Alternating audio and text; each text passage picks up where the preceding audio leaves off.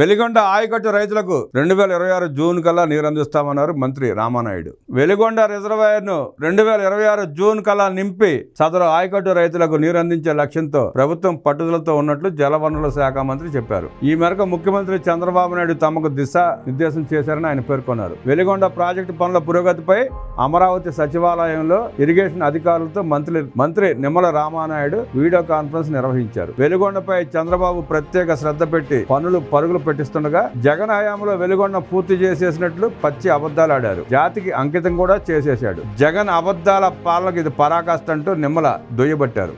మోసం దగాతో జనాల్ని భ్రమింపజేయడంలో జగన్ను మించిన వాడు లేడు అన్నారు. ఇప్పటి వరకు 7 వింతలే తెలుసు.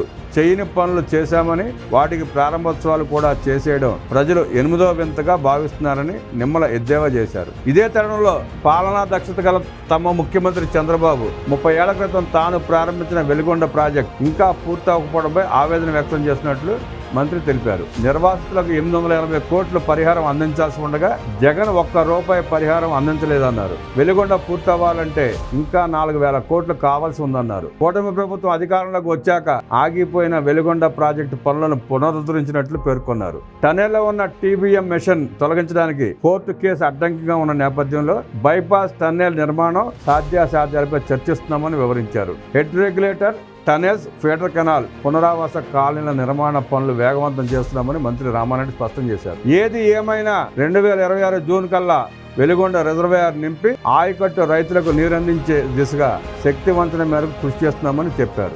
మా మంత్రి గారు ఈ సందర్భంగా అక్కడ స్థానికంగా ఎమ్మెల్యేగా ఉన్న చంద్రశేఖర్ గారిని పిలిచి మీటింగ్ పెడితే బాగుండేది. ఆయన ఆ వెలిగొండ చుట్టూ తిప్పి వాళ్ళు చేసిన తప్పిదాలను ఆయనతో చెప్పిస్తే ఇంకా బాగుండేది. కానీ ఆ వెలిగొండ ప్రాంత ప్రజలు కూడా ఆ జగన్మోహన్ రెడ్డి మోసాన్ని గమనించి కూడా అక్కడ ఒక ఎమ్మెల్యేని గెలిపించారు.